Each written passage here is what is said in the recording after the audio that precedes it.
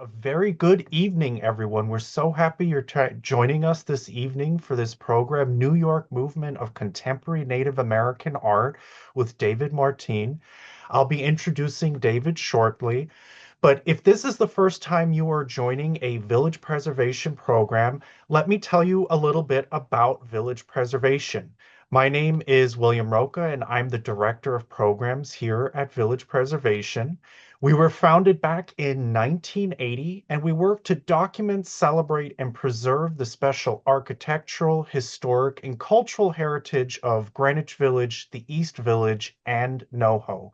We've helped secure landmark designation for more than 1,300 buildings, and we do about 80 programs like this throughout the year. Now, we are a members-based organization, so your support is absolutely critical to help us continue the work that we do. If you're interested in preservation and you want to learn a little bit more about our advocacy work, head over to villagepreservation.org. There, you can also check out some of the other programs that we have happening here. And also, I highly recommend that you do check out our digital resources. We have a historic image archive of pictures of our neighborhoods from across the decades, donated by many of our supporters. We also have fantastic digital maps. You can go ahead and build your own walking tour and go on a tour of our neighborhoods from the comfort of your own home and learn about some of the incredible buildings and people in our neighborhoods. And I also highly recommend you check out our oral history archive as well, where we have recorded the voices and memories of more than 70 different people, and we release about 3 to 4 of those oral histories a year. And these are all free to access whether you decide to become a member or not. Now, one of the benefits of memberships is you get first dibs on being able to register for programs, and we do a whole bunch of member-only program throughout the year as well. So if you are interested in becoming a member, you can go ahead and scan that QR code that you see on the screen now, and you'll be able to learn about our different membership levels. Here are some of our upcoming programs here in December. On the 2nd of December, we're going to have another webinar about Irving Berlin, very timely for the time of year, From Penniless Immigrant to America's Songwriter. And then on Saturday, December 6th, during the day, we're hosting our third annual Sullivan Thompson Historic District Holiday Shop and Stroll. A whole bunch of different stores within the neighborhood are going to be having different prizes, competitions, or just being happy to welcome you. And you can get some of your holiday shopping done and do it locally and help support our local businesses. Stay tuned for more details on the shop and stroll as we get the list of participating stores together for that. And to learn about all our past and upcoming events, you can go ahead and visit villagepreservation.org/events. Now, we are on a webinar. Everybody is muted and your cameras are off, but we definitely want you to participate as well. If you have a question for David, please make sure you pop that into the chat or the Q&A, and we'll ask those questions after David's presentation. But now it is my great pleasure to introduce David Martine.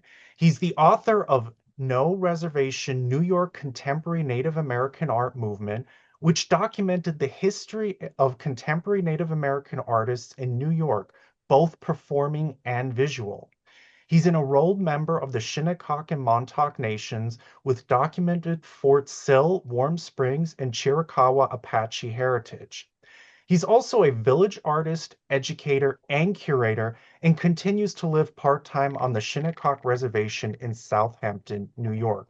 He's also served many years as chairperson of the board of American Indian Artists, AMERINDA. David, it is a great pleasure to welcome you here today.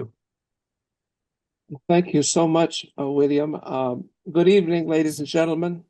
I'd like to thank William very much for the invitation and thank the Greenwich Village Society for Historic Preservation for inviting me to participate in the program.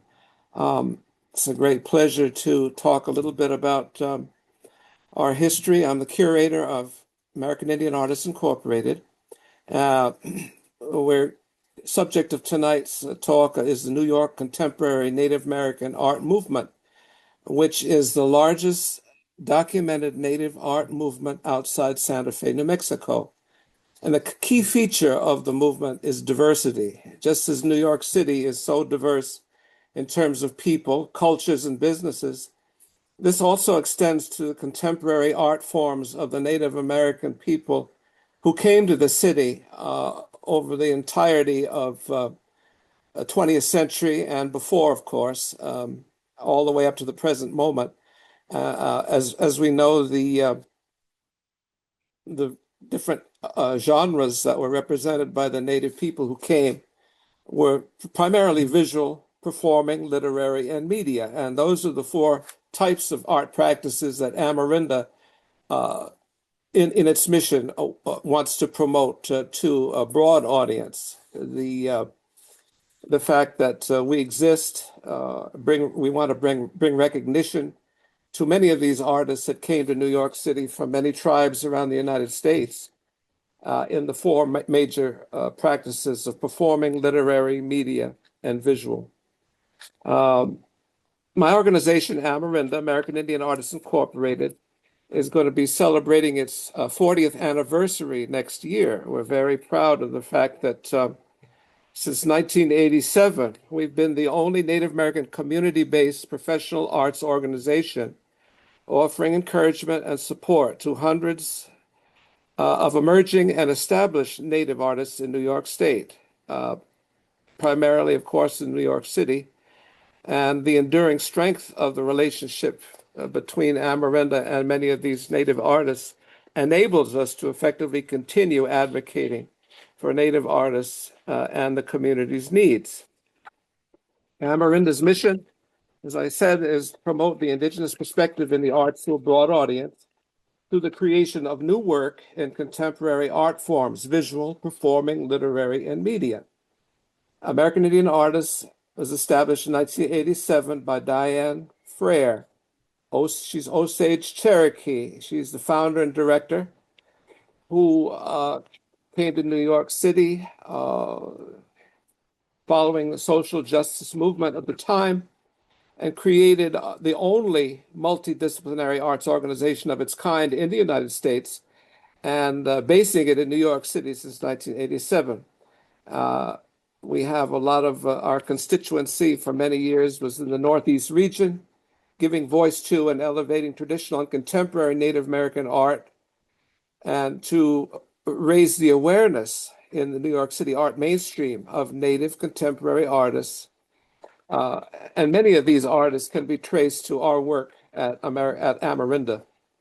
The Contemporary Native American Film and Theater began in New York City in the early 1970s. Some of AMERINDA's most significant Native poets and writers emerged out of New York, and Native modernism in the visual arts was introduced to the art world in New York City in 1972.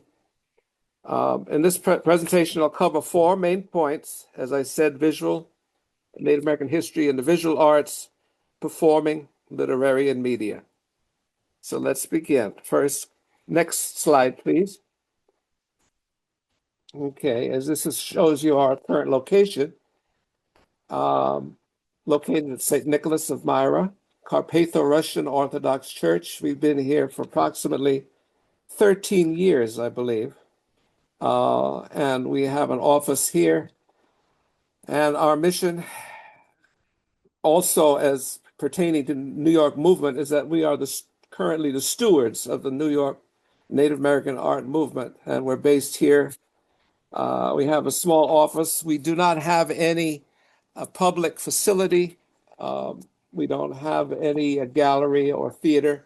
We've had to contract to various venues to do our programming, but our major administrative offices is located here on the corner of 288 East 10th Street, second floor. Next slide, please. Here's our mission in detail. We're the only independent multi-arts organization serving emerging and established Native American artists in New York City. Since its inception, we've been offering a community of encouragement and assistance to Native American artists pursuing professional careers and are the student of the Native movement of contemporary Native art. Next, please. We promote the indigenous perspective in contemporary arts to a broad audience. We advocate for the creative expression of Native Americans and serve as a catalyst for indigenous people to take their place on the world artistic stage. The origins of the New York movement really is that many of the artists that have come from various Native reservations or urban centers around the country had, in the early 20th century and toward the middle of the century, come for more advanced education in the abstract expressionist movements, the New York School of Abstract Expressionism, for example.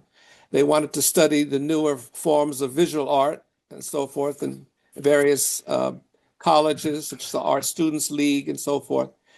And that's basically what the origins of the movement was. Next, please. Okay, this was the first major project that was launched by AMERINDA when it began in 1987. This poster was a national campaign bringing attention to the influence of the Iroquois or the Haudenosaunee Confederacy's influence on the U.S. Constitution. Most people are probably not aware that the Iroquois Confederacy or the Haudenosaunee Confederacy, which is located upstate, had a lot of influence on the formation of the United States Constitution. And during the 1980s, some of this came out in congressional hearings. For the first time, people widely were getting the information about that history. And this poster was a national campaign to bring attention to the wampum belt, which is in symbolic terms, shows the origins of the Iroquois Confederacy, the five original nations consisting of the Oneida, Onondaga, Seneca, Cayuga, and Mohawk nations. And that history, as I said, going back to the formation of the 13 colonies and the U.S. Constitution and so forth, was very much influenced during the colonial period. And that was the first major national campaign of AMERINDA at the time. Next, please.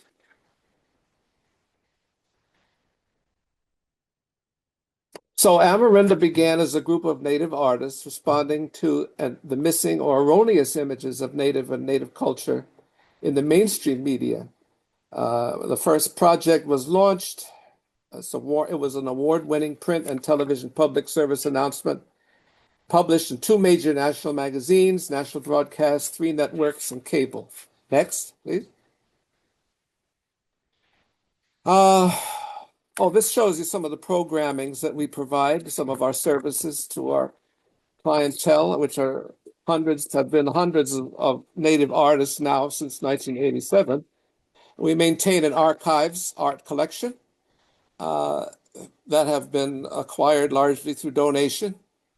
All of our work goes back to the New York movement of contemporary Native arts, and the artists who lived here created work during those years of beginning primarily in the 40s to the present time. We have a website and maintain a website, an artist roster of Native artists.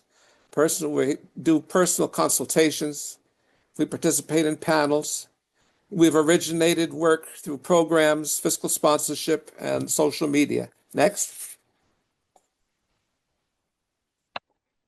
Our artist roster has to do with the various artists who live in the New York area, what their disciplines are, their art practices, the various programs, websites, if they have any. You can find this information on our website, which is www.amerinda.org. That's AMERINDA.org. Next. Okay. Visual arts is the first main media that are covered under the New York movement. Next. Okay, this was one of our primary openings from our launching exposition or exhibition that took place in 2013. The title of the exhibition was "The Old Becomes the New: The New York Movement of Contemporary Native American Art and the New York School." When we came up with the idea of the 2013 exhibition, we wanted to draw people's attention to many of our veteran artists who had come to New York from the 40s to the 50s and 60s, and in many cases either had extensive relationships with the members of the New York School of Abstract Expressionism, or there was an exchange of influences from native art aesthetic to the abstract expressionist artists. Beginning the early movement of that before then was called the Native Indian Space Painters, which originated out of the Art Students League, I believe, in New York and Manhattan. Many of the abstract expressionists were very influenced by Native American symbolism, design. There was a famous exhibition at the Museum of Modern Art in 1941, I believe, and they began to incorporate a lot of these design elements in their art. And some of the curators mentioned this as far as abstract expressionist movement is concerned, but many times they don't get into the detail about it. And so we wanted to bring attention to that movement by launching this big exhibition. And that opened at the next slide, please, at the Wilmer Jennings Gallery at Kenkeleba, which is located in East 2nd Street. That gallery is the largest alternative art gallery in New York City. And they've been there many, many years, since the 1960s. And when we had our exhibition there at that time, we wanted to make a comparison, draw a parity between some of our greatest artists, founders of the New York movement, such as G. Peter Jemison, John Quick-to-See Smith, Lloyd Oxendine, George Morrison, who currently has an exhibition at the Metropolitan Museum of Art.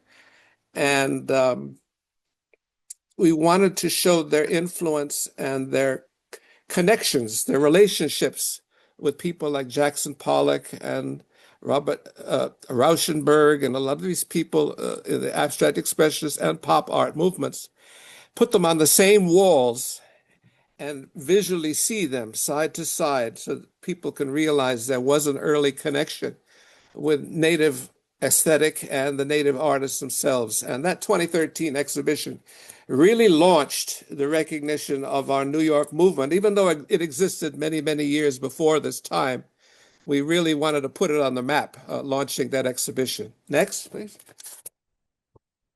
This is the exhibition catalog that we wrote. I curated the show, and then we had many of the artists who are in the New York movement that were there at the same time at this Wilmer Jennings Gallery. The old becomes the new, the New York movement and the New York School especially. For example, John Quick-to-See Smith, one of our veteran founders of the movement, who recently passed away, I think this past January.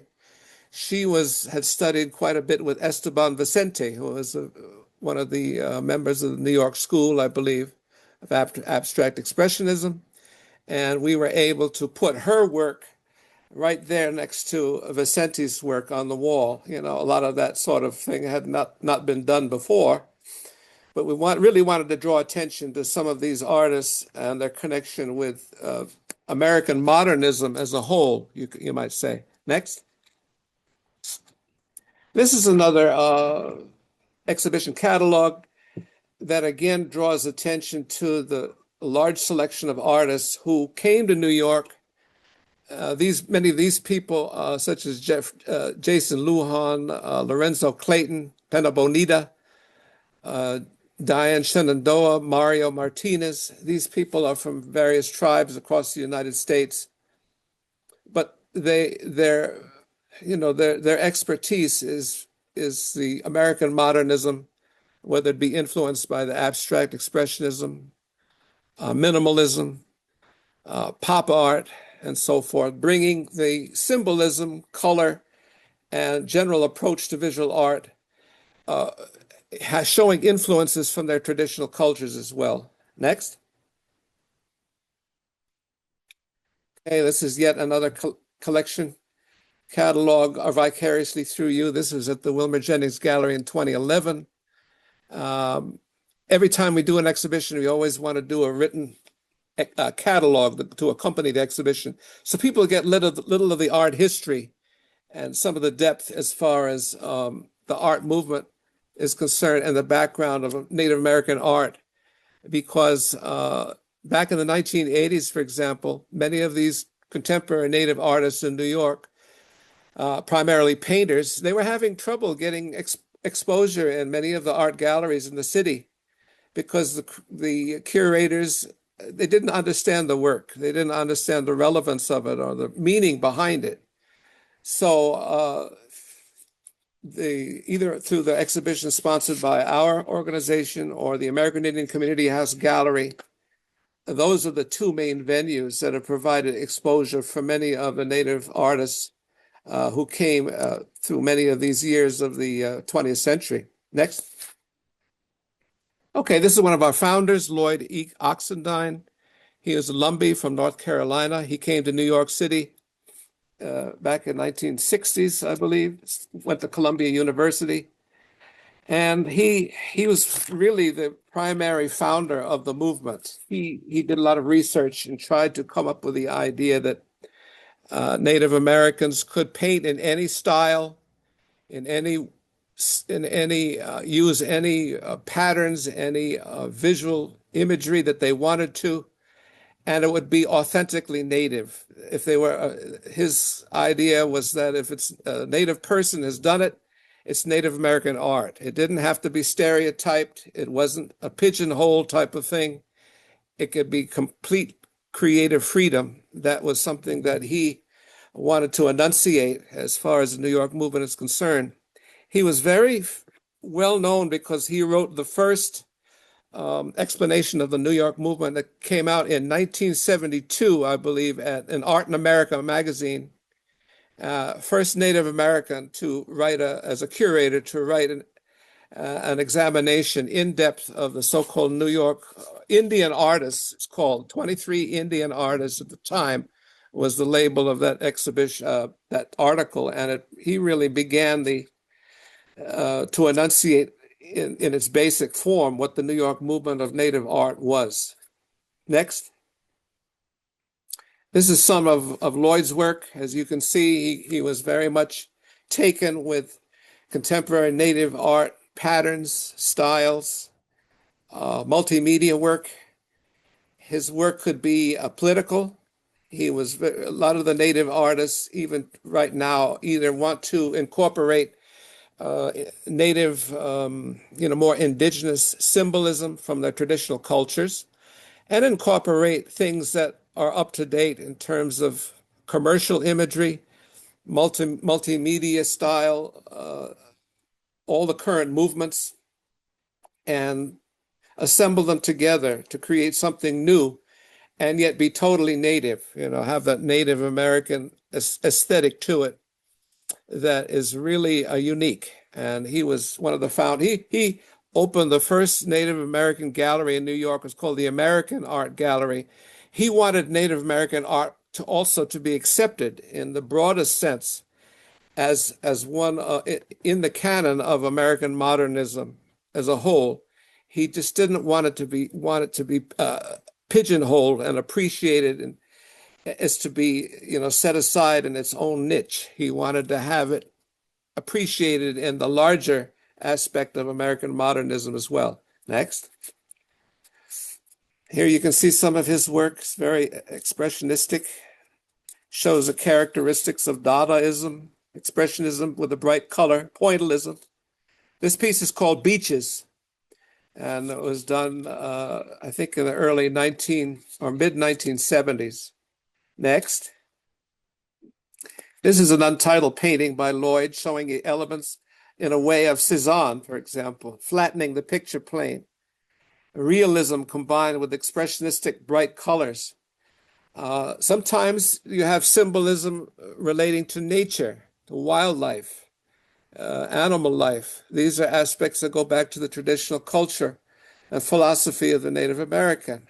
But you can see the very bright color, expressionistic color here on the flat picture plane, very much inspired by some of the abstract art movements that were taking place in New York at the time. Next.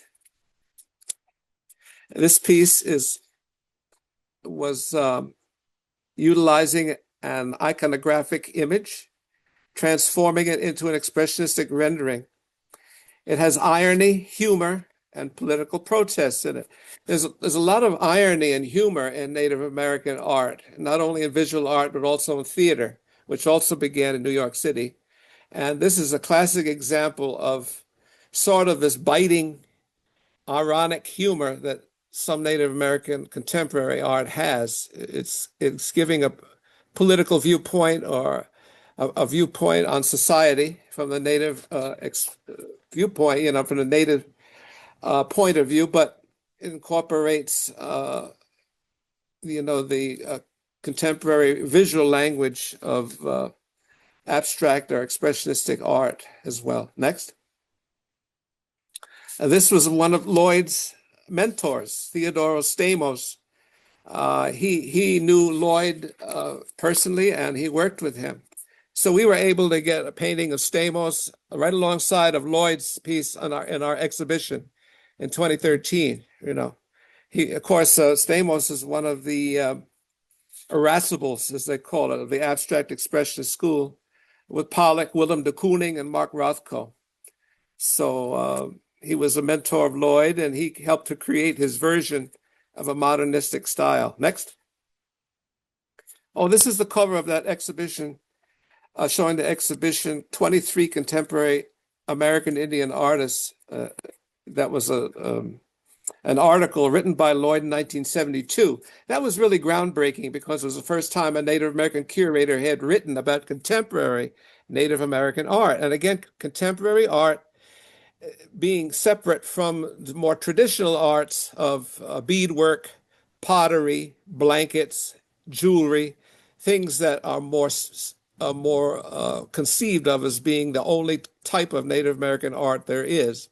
Whereas many of our contemporary members of the New York movement were right along with the abstract expressionists, multimedia styles of the era, primarily 50s, 60s, 70s. Next. These are some of the pages of the article. And as I said, this was the first article written by Lloyd that really got into the description of some of the early contemporary Native American artists that were groundbreaking. Next.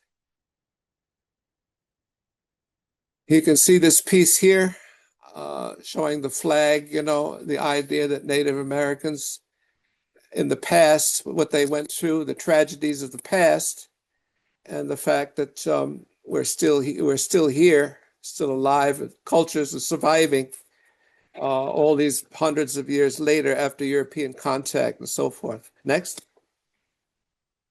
Okay, and this is another co-founder of the New York movement, G. Peter Jemison, Heron Clan Seneca. He's one of our co-founders of the New York movement. He was one of the early curators of the American Indian Community House Gallery, Museum Gallery, which is one of the primary Native galleries in the 60s in New York City for contemporary Native American art. He's a Seneca, and he's one of the primary veteran artists that we included in our exhibition. Next. This is one of Peter's murals. You can see the symbolism of the turtle and things that are central to Seneca cultural beliefs, the spiritual beliefs, historical design elements, sometimes referencing contemporary history in New York City, combined with the indigenous symbols of the Seneca people at the same time. This was done in 2015, so this is quite contemporary. Next. This is a piece here, Leonard Peltier Free Leonard now, incorporating, he did a whole series of bag series where he would incorporate more commercial items. The idea, I guess, arising out of pop art. And you can see he would put native imagery on paper bags. This is something that he was quite known for. And this was a piece here in egg tempera from the Buffalo Art Museum. And you can see the combination of, looks like sweetgrass and painting on just a typical paper bag design. Next. This is called Buffalo Road 3, Choices, Mixed Media, 1987 to 1990. Again, it's a combination of multimedia symbology there of contemporary society juxtaposed with traditional symbols from the native cultural tradition there, all on one image. This is something that many contemporary native artists are known for, combining the various pictorial elements from contemporary modernism alongside, traditional spiritual or political ideas and statements. They want to make certain statements about the culture today and society. Next. This is the location of Pete Jemison's piece that he did with Mel Chin. This is Broadway and Lafayette subway station leading to the installation called Signal by Mel Chin. And you can see, next picture, please. I hope there's a picture of it. There it is.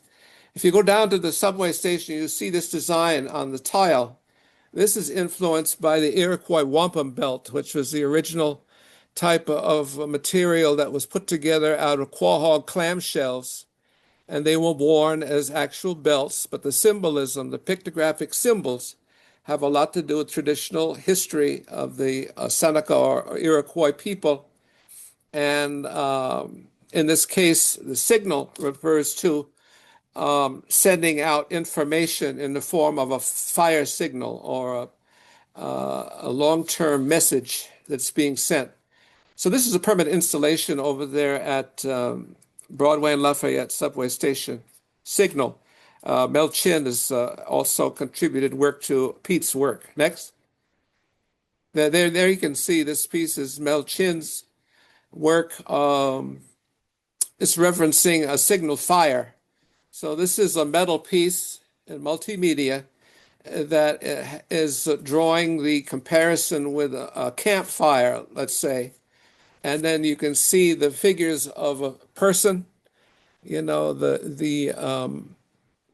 biomorphic sort of geometric symbols there that are meant to resemble a huge wampum belt design right on the walls there. Next.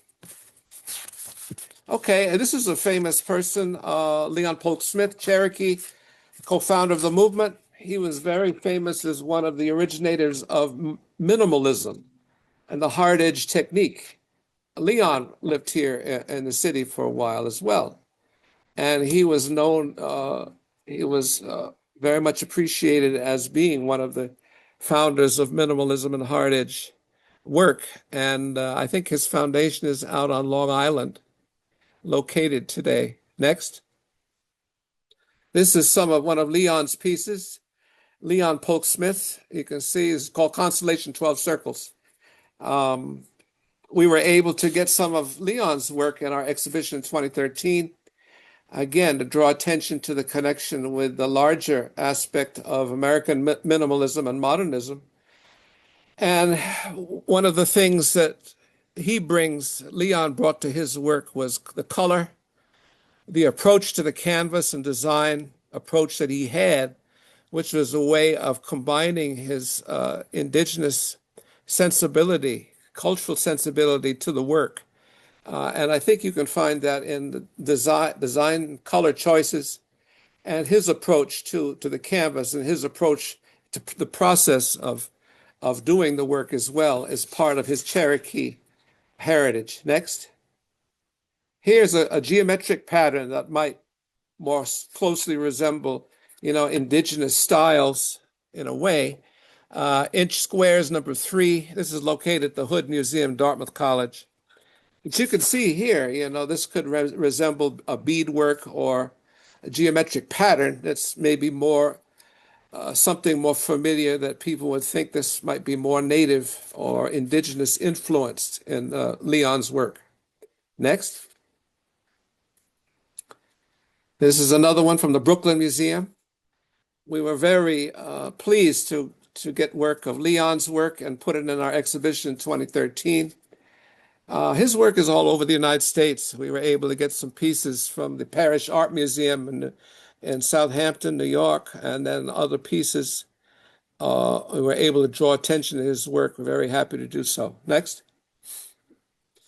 Now, this work of George Morrison is currently on view at the Metropolitan through May 31st, 2026. He is from the Chippewa tribe.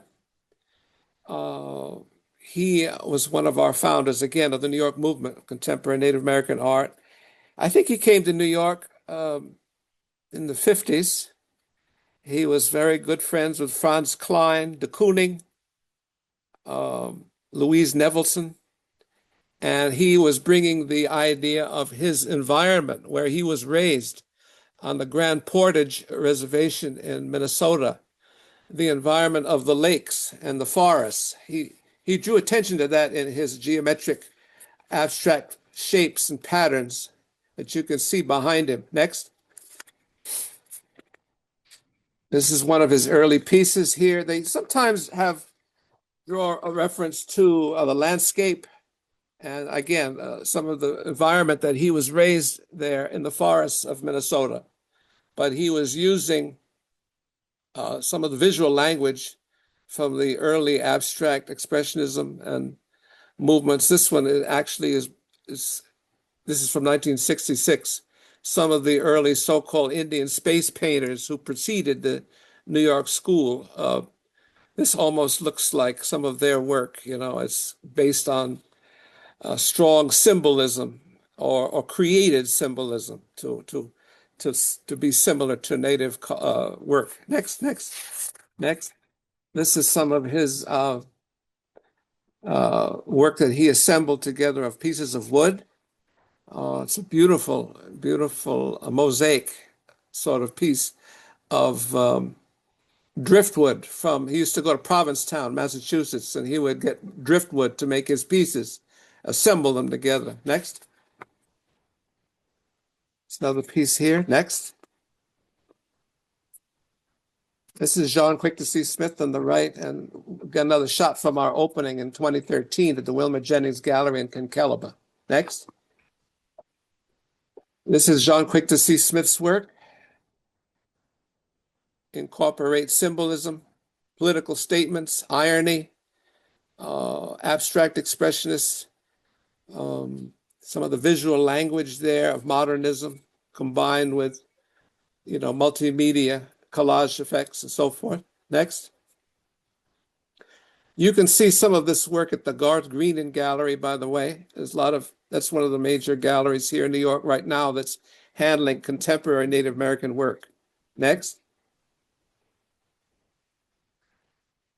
She had a recent retrospective at the Whitney Museum that was very, very successful. Next.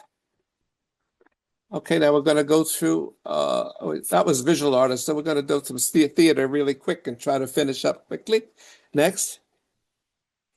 Oh, okay, Alec Montroy. He's another person who was specialized in pointillism. He was a commercial artist, worked on Broadway, and did a lot of Broadway musical posters. Next. Next. You can see his style is very unique. He was really a one-of-a-kind artist. Again, he was contemporary pointillist. Really amazing work. Next. Okay, this is one of the exhibitions from the New York Gallery that has since closed. Next. Next. As I said, this is a poster from one of the early exhibitions in the 1980s. At that time, there was a movement called Rider with No Horse to try to give exposure to Native artists who were having difficulty getting their work into some of the better art galleries of the time. Many of the artists working today have very strong individual careers, and they don't need to go through a so-called native gallery as much. It's easier today to get exposure in mainstream contemporary art galleries than it was back in the 80s. Next. This is one of our top artists in the New York movement today, Athena Latoka. And she's has a wonderful mural style. Next. This is a Sumi. She works with Sumi ink, huge paper pieces that she works that are 20 feet across. Next. Next, this is lead sheeting on the Sumi paperwork. Mario Martinez. He was very much influenced by Gorky, Arshil Gorky, and so forth. He's a Yaqui tribe, nation in Arizona. Next. Next. Let's try to go for, I would like to show you just some theater pieces from, I have to end it up pretty shortly. Can we go forward a little quicker? Next one's good. Pena Bonita, she's Apache. Okay. Just gives you a little overview. This is a wonderful piece, Stalled, mixed media collage. This is one of our follow-ups, 2018 exhibition on the Native American Brooklyn neighborhoods of the Mohawk people. We were including contemporary photography and ephemera from the community in Brooklyn. A lot of those people were high bridge builders that worked on the Empire State Building, and they were also artists as well. Next. Okay, here's performing arts. We're going to cover this, as I mentioned. Contemporary Native American theater began in 1972 at La Mama Art Theater, La Mama Theater, experimental theater. Next. And one of the early artists that was here was Lillian St. Cyr. She was the first Native American in film, in silent films. And her family is still here in New York, in the New York community. They're all still actors and performers today. Next. Mary Alice Nelson. She was a singer, a dancer, and performer in vaudeville. A lot of the Native artists that came who were in performing arts got into vaudeville very early in the early 20th century. And they were very successful in bringing their performing talents with them when they came to New York, even before coming to New York City. Next. These are some of the famous female actresses that came to New York, actors and actresses who worked here many, many years and were some of the foundation of contemporary Native American theater and performing arts. Next. Her name was Teata, Mary Frances Thompson, Chickasaw. She was on what they call the Chautauqua Circuit, where they would go and do different types of theater productions, traveling around from town to town doing theater productions, sometimes incorporating traditional Native American songs and dances and storytelling. That's what a lot of these artists were doing at the time. Next. Okay, now Native American theater was founded by this gentleman here in 1971, that is. First performed at La Mama Theater, 66 East 4th Street. Hane Gigama is Kiowa, Delaware, Indian. And his piece was called Body Indian, 1972. Founder of the Native American Theater Ensemble. He's the father of Native American contemporary performing arts. So that's also something that is a part of our movement here in New York City, in that it began here in New York City and now it's spread out. There are several other cities in the United States that have contemporary Native American theater. AMERINDA Theater is one of them. We've mounted full productions, full stage productions in various theaters that we've contracted with in New York over the years, many years now. Next. Next one, please. If there's still, oh, here we go. Native American Theater Ensemble. Uh, this is being headed up by Peter Brook, who is the famous British theater director. He was doing a workshop with the Native American Theater Ensemble in Minnesota, Leech Lake Reservation, Minnesota, 1973. So all these members here are Native American contemporary actors that were working with Peter Brook at that time. Helen Mirren is in that, believe it or not, before she was as famous, world famous as she is today. And there's a picture of, she's in this crowd here, Dame Helen Mirren. Next. Dawn Jameson. This is another image from one of our productions. This is called Misled. This was at East 59th Street Theaters.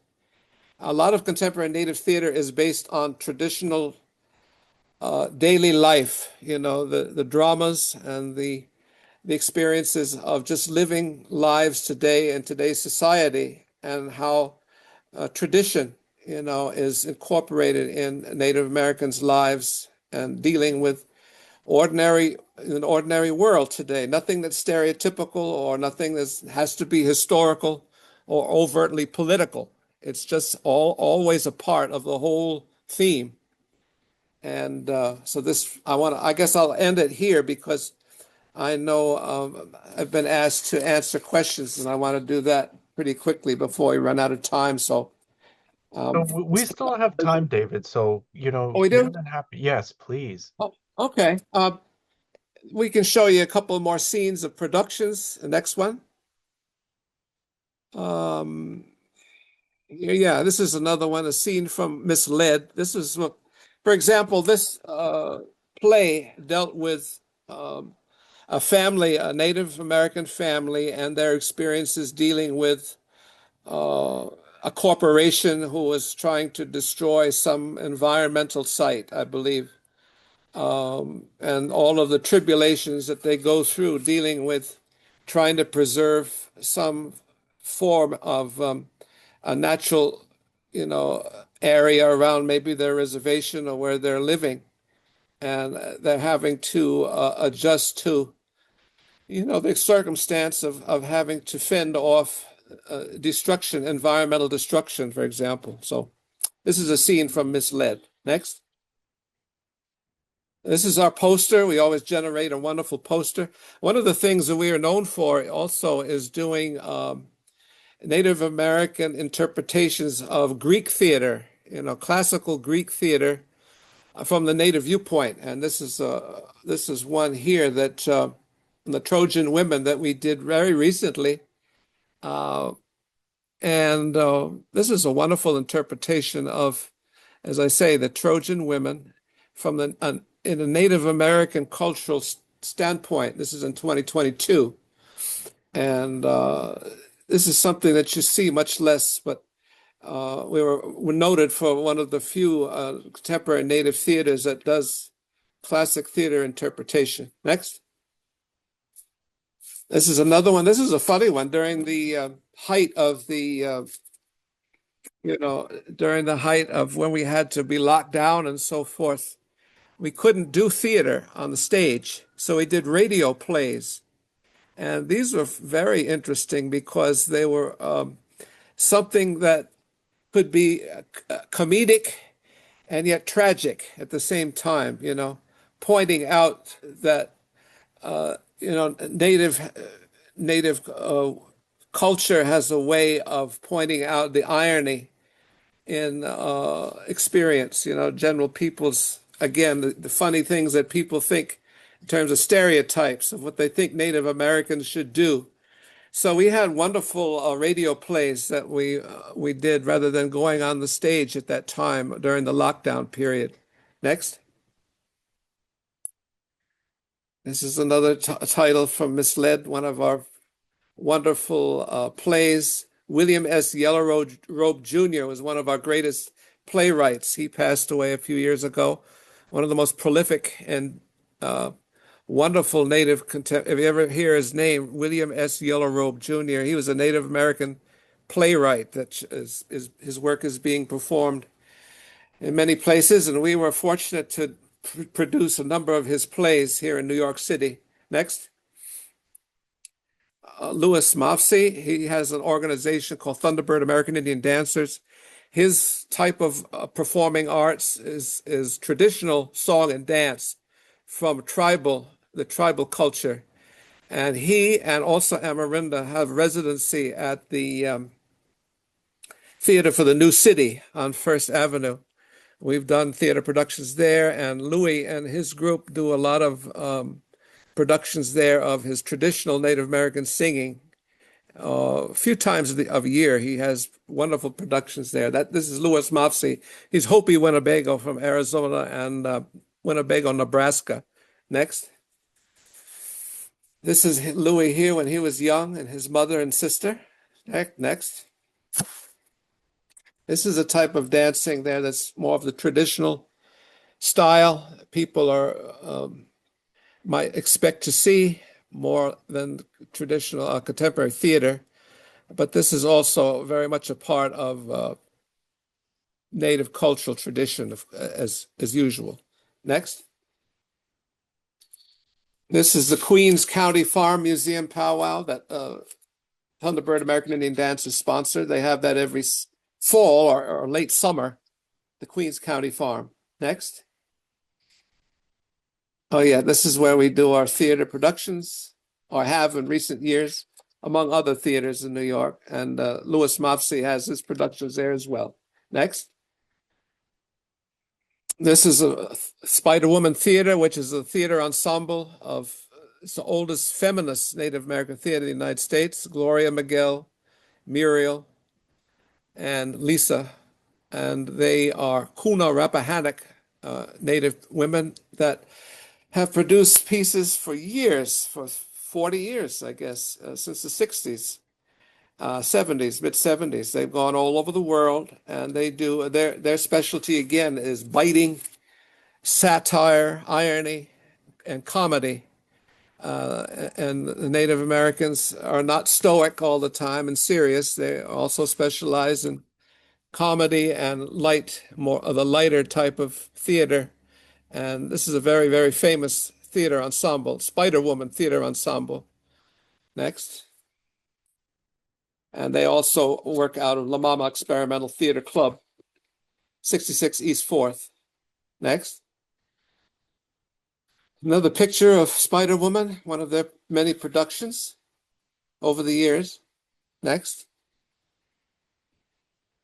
This is one of the posters of one of their pieces a few years ago now. Okay, next.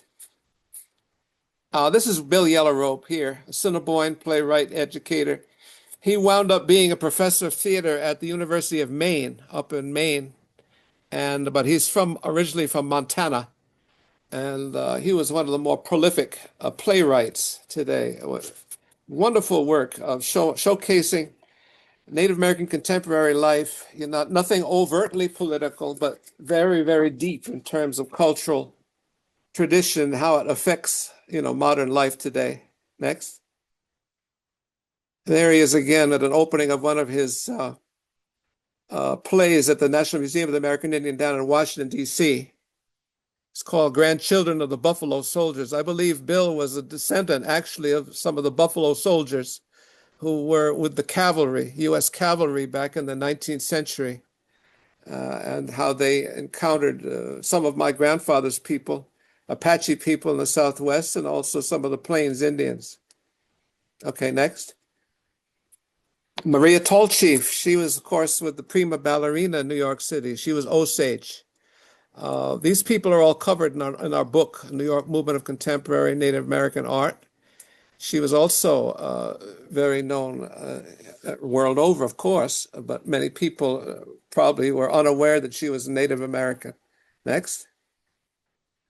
Another Native American ballet dancer. He studied under Edward Villela, I believe, Jacques Soto, American Ballet Theater's Navajo. Next. literary arts. Next, we have a lot of great writers. This is the cover of our kind of the capstone of when we were making our movement recognizable. It was released in 2017. No Reservation, New York Contemporary Native American Art Movement. I wrote this with co-wrote it also with our founder, Diane Frere, and others of the New York movement to bring attention to the movement. It's an overview of many of the artists that came to New York City in visual, performing, literary, and media. Again, it was released in 2017, and it's available on our website. We have some copies left, a few copies. AMERINDA.org is still available. A limited number are still available. But this is the capstone where we really put a chronological overview, you might say, of the entire movement in the 20th century to the present. Next. Oh, that's yours truly. That's supposed to be me. That's actually me at one of our openings there. Okay, next. That was a few years ago. We've done a couple of anthologies. AMERINDA is known for some of our very well-recognized anthologies of the finest of contemporary Native American writers, such as Joy Harjo, three-time poet laureate of the United States, and others. Vine Deloria wrote the foreword to this particular book called Genocide of the Mind. It's still available. I think it was really had a national distribution. This is Native American contemporary writing, of course, is very, very deep. It's very contemporary, and some of these are still available today. We did a number of these, got a lot of writers to contribute to some of our anthologies. Next. This is the other anthology. Again, a lot of them are essays, poems. We had a lot of great writers emerge out of the community here in New York City, again, under the banner of the New York movement of contemporary Native American art. Next. Diane Burns is a very famous poet. She's passed away now, but she was one of the foremost poets, probably in the United States. She emerged here in the New York community back in the 80s and 90s, I believe. Next. For a while, we had a quarterly. We had a literary quarterly that we produced. Some of the finest writing in Indian country. 1997 to 2012, we were publishing this quarterly, and we had quite a number of people that we sent this to across the United States. Again, mostly essays, writing, and historical biographies of contemporary Native artists were in our anthology, Talking Stick. You can find some of these available on our website again. Talking Stick, some of these quarterly are located in our archival section on our website, even though it's no longer in print. Next. Media film, let's try to end it up. I forgot what, here's our founder, director, Diane Frere, a filmmaker. Okay, she's a movie maker. Next. This is some of her films, The Reawakening, which is, this is an independent film that was done a few years ago. All Native American written, produced, directed, and produced by Diane Frere. Next. The Reawakening, again, this was the poster that talks about it. And the actors that was produced here, primarily in New York State, up in the Onondaga Reservation, this particular one. That's the capital, the headquarters, you might say, of the Haudenosaunee Iroquois Confederacy, upstate New York. Next. This is a current movie that's available video on demand, The Heart Stays. I think it's probably still available. This is done about Osage country and the experiences of two sisters who one comes to New York City. They both come to New York City, and they have different dramatic adventures. And The Heart Stays, again, was filmed on the Osage Reservation in Oklahoma, and also here in New York City and upstate. There's It's a very, very wonderful film, independent film that I think is still available, video on demand. The Heart Stays. Okay, that's done by Diane Frere as well. Next. These are some scenes from the production of The Heart Stays. Here are some of the actors. Again, Diane is kind of helping to originate a new style of filmmaking, a naturalistic filmmaking style of Native American culture into a contemporary world, and it's a wonderful type of experience that you get if you're not used to Native American theater, Native American movies, independent film, that is, full feature film. It's a full length feature film. Next. And archives. Next.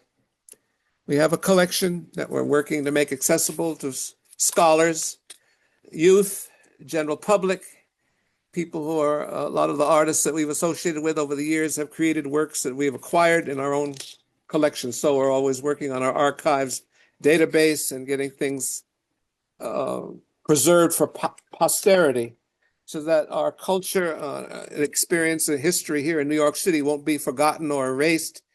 And this work is all part of preserving that culture for future generations and for people to be able to have access to it eventually on our website and other ways too, so they can have access to see what some of the artists of the New York movement, prepared, what they created over the many years they were here. So next.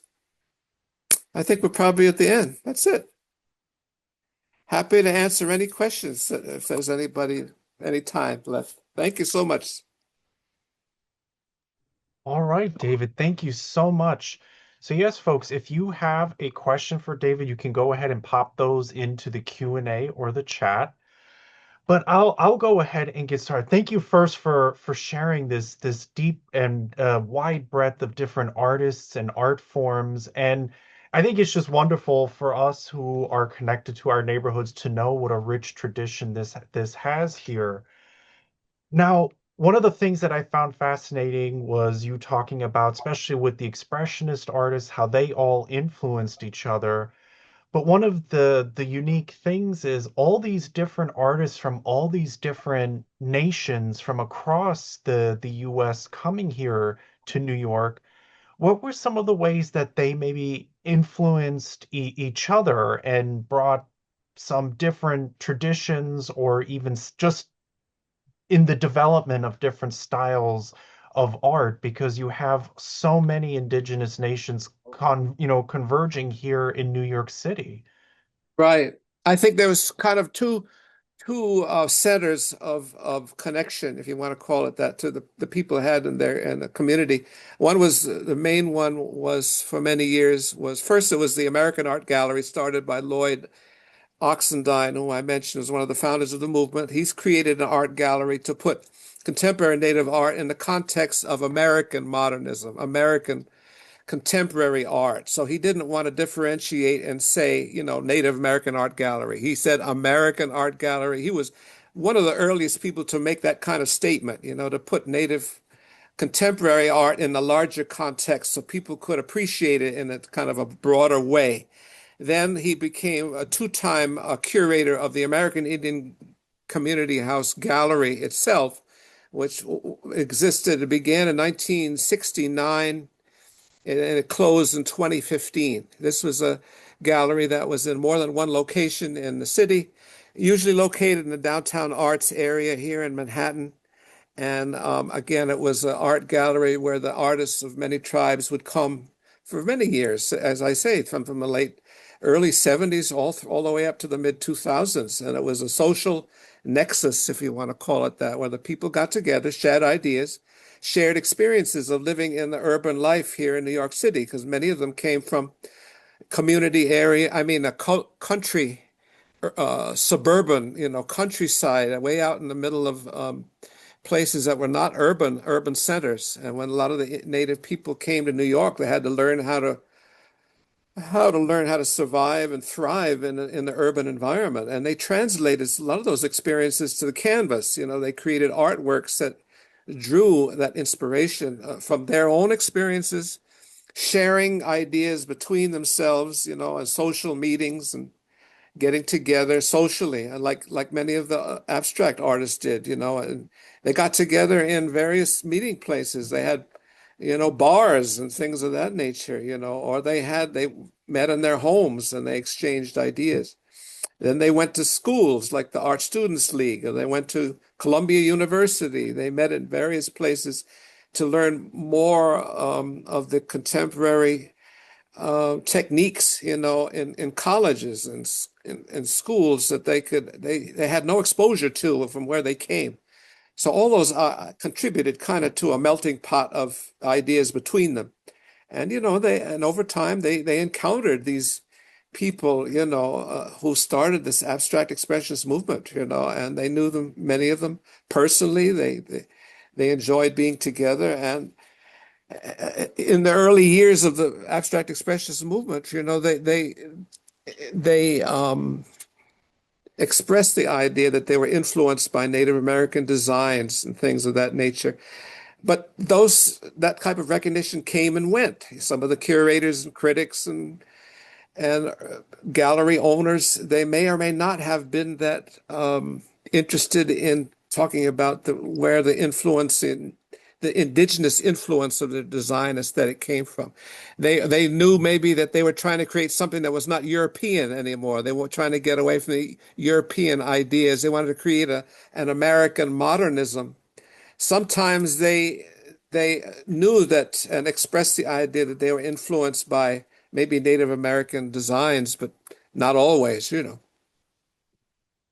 And in kind of the story you told, for so much time it was just trying for these artists to show that we're here, that we exist, that this art is here. But over the last decades, how has it evolved, and where do you kind of see it going in the coming years? Well, it's interesting because it's a difference between. Sometimes I think about Native contemporary art in the context of Canada and the United States. For example, many of the artists in the United States, our experience here in New York City has been that they want to create their own pathway and have their artwork appreciated and understood and recognized in a larger, context of American modernism overall, to be appreciated for what it is, whatever it looks like in any gallery. And they're having quite some success in getting exposure for their work in any contemporary art gallery. It doesn't have to be always, under the banner of Native American art in a Native American art gallery. In Canada, it's a little different. I find sometimes a lot of the contemporary artists need to, or they find it to their advantage to always highlight the fact that they're Native Americans showing in a Native gallery, under their own definition. You see, it's a little different reasoning behind it. That Native experience in the United States is different than in Canada, for example. The experience of the contemporary artist is different. And I do find, though, regardless, I had a very well-known sculptor cousin who was Alan Hauser, is an Apache sculptor from Santa Fe, New Mexico. And a lot of his work was very inspired by Apache culture. But his figures and his design aesthetic was very contemporary. One of his favorite artists was Henry Moore, for example, the famous British sculptor. So he was reinterpreting traditional culture in a broad modern context. He wanted his work appreciated in any modernist context rather than just being as so-called Native American. He would always say he's a Native person. That's always intrinsic to his work, but he wanted to appreciate it very widely. And I think many of the artists today are the same way. And we're proud New Yorkers, and New York has always played such an incredibly important role in the art scene across the board. But the Native contemporary group of artists here, have they influenced the develop, or do you see any other groups developing in any other cities in the United States? Mhm. I think, yes, I think that there's certain cities in terms of thinking right now more on visual and theater, contemporary theater and contemporary visual art. There are certain cities that have more concentration of that experience, of that exposure of Native artists. For example, Minneapolis, Tulsa, maybe Denver and Los Angeles, places where there are maybe a larger Native population. They have the institutions that are supporting Native American art, whether they're galleries, museums, theaters. For example, the Gene Autry Center in Los Angeles has a theater program that's supporting contemporary Native theater. There's one that's out of Minneapolis that is contemporary theater. So there's certain areas where you have contemporary Native theater happening, at a quite a expansive pace, but there aren't a lot of places where they're not getting that exposure, and that's why they travel sometimes. They travel to different venues they want to go many cases where there are native populations, places where the Indian people can appreciate it and learn from it as well. But they also want to put it on the map and get general exposure. And there are certain places where it is located more than other places. Yes, that's true. New York City is it just so happens that there were numbers and diverse artists here, but it has never been. We tried to put a title over it and call it the New York Movement, because people, if they're studied Native American art, they know there are Native art movements, but they never thought about contemporary artists that's very diverse in practice as actually being a movement. But there is the amount of activity that was here. We believe warrants the idea of categorizing it as a movement. And a lot of artists, that goes to the idea of authenticity. We write about this in our book, what is and what is not contemporary Native American art. Everybody seems to have their own definition. But we, the Native people, again, want to have the freedom to express in any style that they want to. If they're Native people, it's Native art. It doesn't have to look like an Indian riding on a horseback, and chasing the buffalo herds, or living in a teepee, if you know what I mean. It can be something that is more maybe universal and more intrinsic to contemporary aesthetics, let's say. So. Well, I'm happy to see in the comments some folks are happy to finally learn about these different artists and connections in our neighborhood, and happy to see that some people recognized many, many artists as well. But if there are no more questions, David, an enormous thank you. Thank you so much for sharing your time and wisdom with us this evening. We really appreciate it, and all the beautiful art as well. And Oh, thank you thank for you. being I'm so happy. I appreciate you giving me the time to show quite a number of images there. I really do appreciate it and appreciate your interest. Thank you. absolutely. And so, folks, please do head over to amerinda.org as well to check out all those different artists and resources that David mentioned. This is our final program for November this year, so I wish everyone a very happy and safe and healthy Thanksgiving. We look forward to seeing you at future village preservation programs. So thank you so much for sharing your evening with us. And again, David, a really, really big thank you. We really appreciate it. Have a good night, Thank everyone. you. Bye-bye.